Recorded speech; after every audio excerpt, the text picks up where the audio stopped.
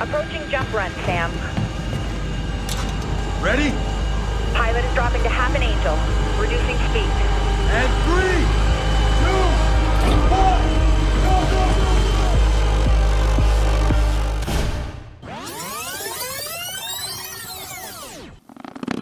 I'm doing a speedrun again.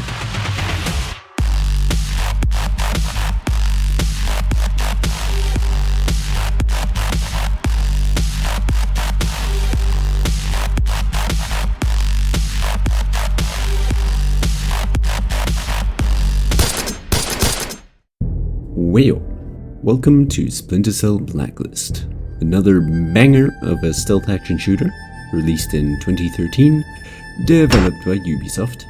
This game features you playing as Sam Fisher, a secret operative who is allowed to commit war crimes, allowed to protect national security at any means necessary. The game focuses on having the player approach almost any situation between 3 guidelines: in Ghost, Panther, or Assault. Ghost referring to hiding your presence entirely. This includes knocking enemies out non-lethally, or sneaking right past them without alerting anyone. Panther refers to keeping your presence hidden by means of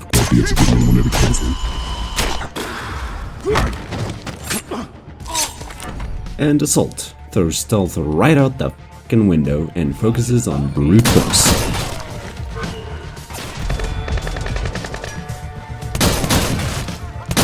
This is definitely not the ideal way to play the game.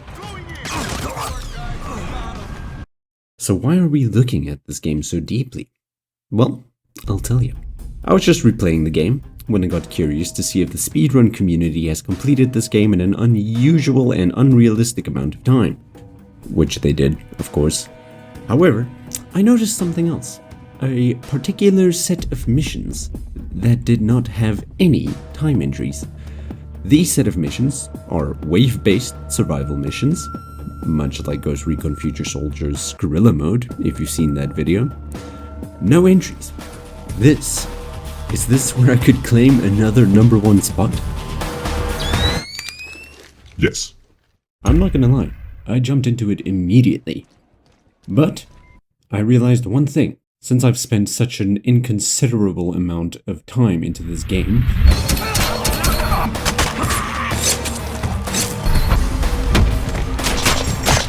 I've become overpowered. Now, although this would be good for a speedrun, it's not very fun. Especially not something like this. Well, ladies and gentlemen, this is where I decided to set a little challenge for myself. To try and do all 20 waves with unsuppressed weapons. Essentially, throwing stealth right out the window.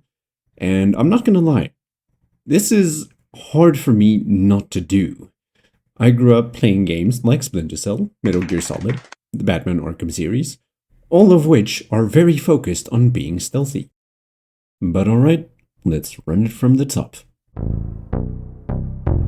So, after choosing our mission, it's off to the loadout screen.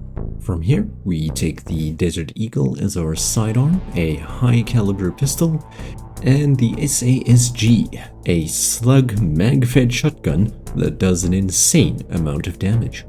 And with this, we're also equipping the heavy armor to allow us to take a bit more punch than you would be with any other armor, along with a few pocket worker gadgets. Now, there are a few mechanics to explain, but I guess I'll explain them while I'm busy doing this first wave. The surviving hostiles are pulling back. Alright, screw it. This tutorial is going to be a bit of a crash course mid-wave. This game has an execution bar which you can fill up by killing enemies either by headshotting them, shooting them, or killing them by a melee attack. Doing this recharges the execution bar, in which you can mark enemies, and once in range, you can immediately take them out.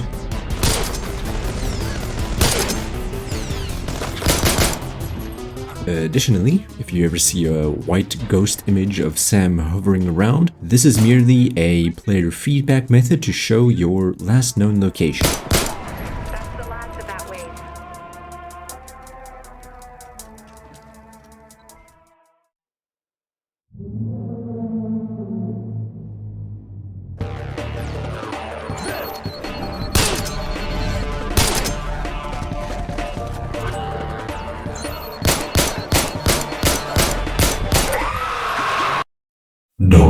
From wave 3, we are already introduced with a new enemy type, the doggo. This dog will sniff you out, snitch on you, and if able to, start biting you. Obviously, once it starts biting you, you are just vulnerable to gunfire.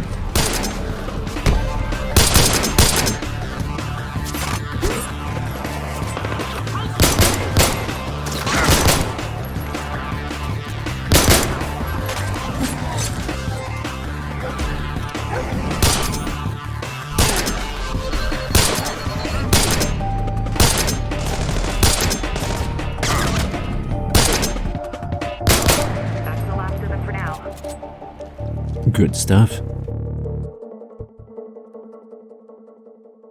We've identified a high-value target on site. Bringing him in is now your objective. Now, every 5 waves, we are required to capture an HVT. The process is quite simple. Knock him out. Zip him up. The trick, however, is keeping this guy alive. If he dies, the mission fails.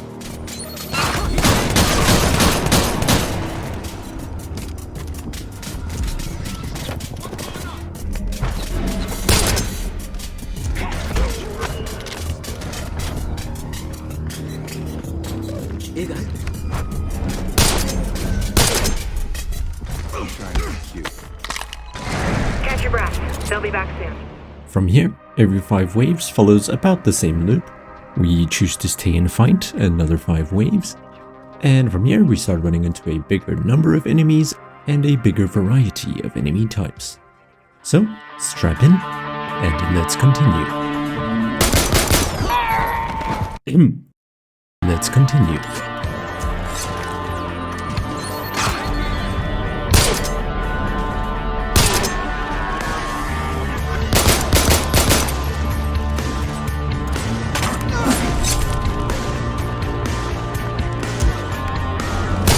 Wave 6, doable.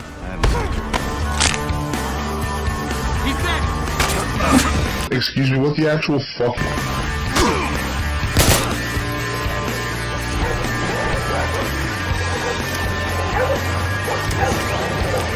Oh no.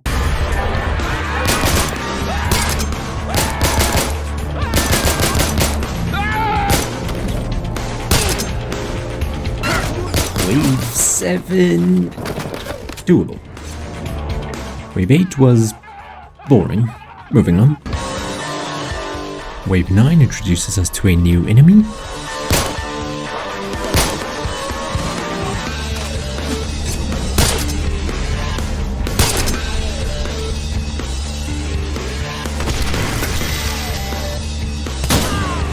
Easy enough.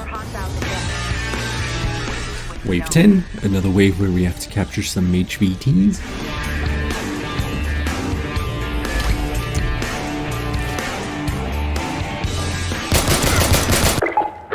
Oh no.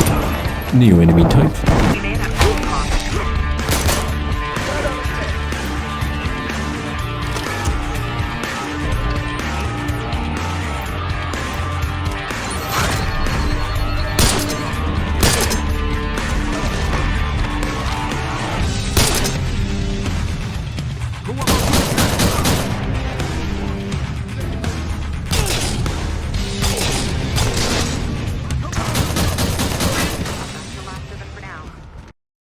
I think you should know the drill by now. Wave 11, lots of big boys. Wave 12, new enemy.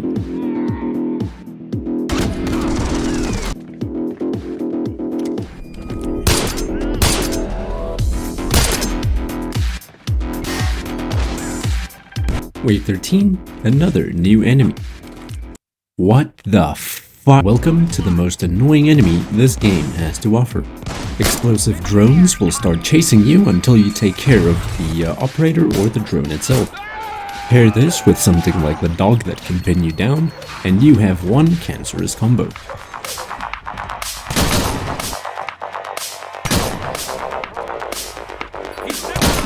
Wave 14, this is a bit ridiculous. And they have shields now?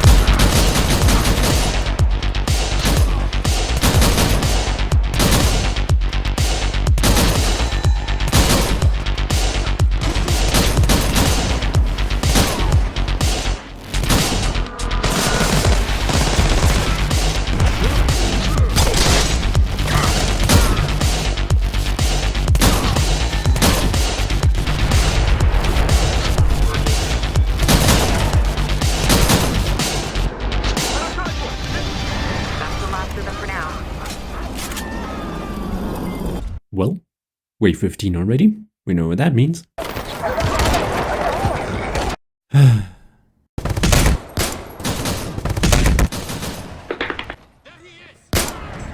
With wave 15 done, it was time for the last 5 waves.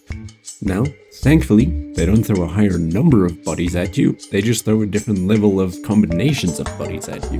But seeing that I'm not really using stealth on this run, this somewhat works to my advantage. Additionally, I also stumbled on something broken, which, yes, I absolutely exploited. So, let's continue.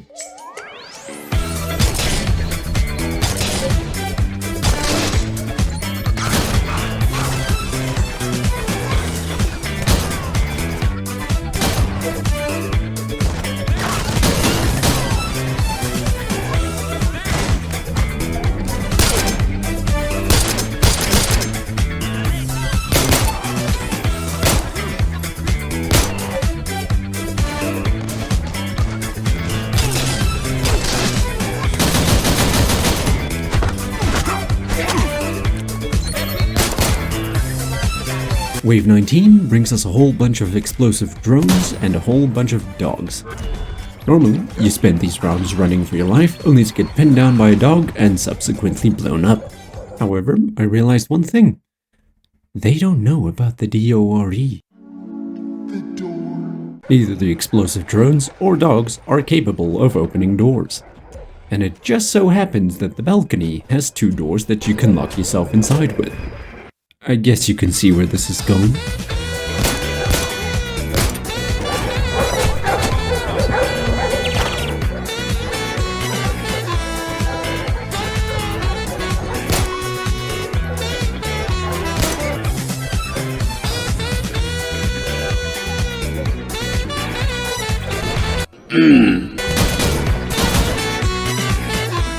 And just like that, one of the hardest waves in the game becomes one of the easiest. Surviving hostiles are pulling back. You've got some breathing room.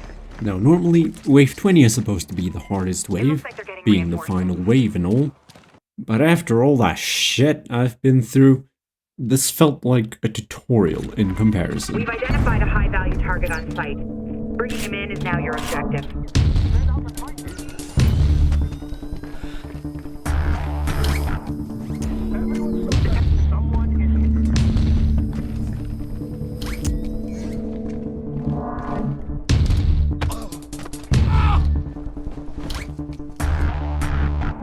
Nice work.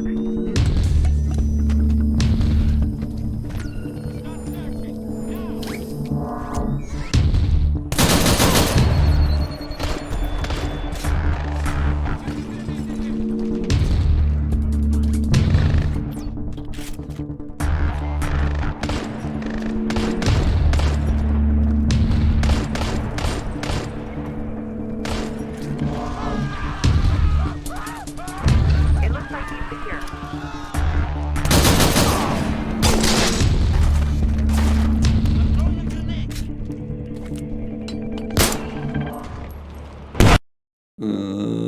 No, just kidding.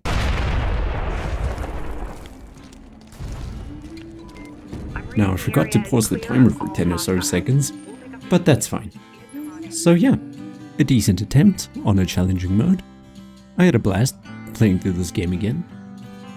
And yeah, honestly it's such a solid game, and it's so sad to see how seemingly invisible this game is to everyone.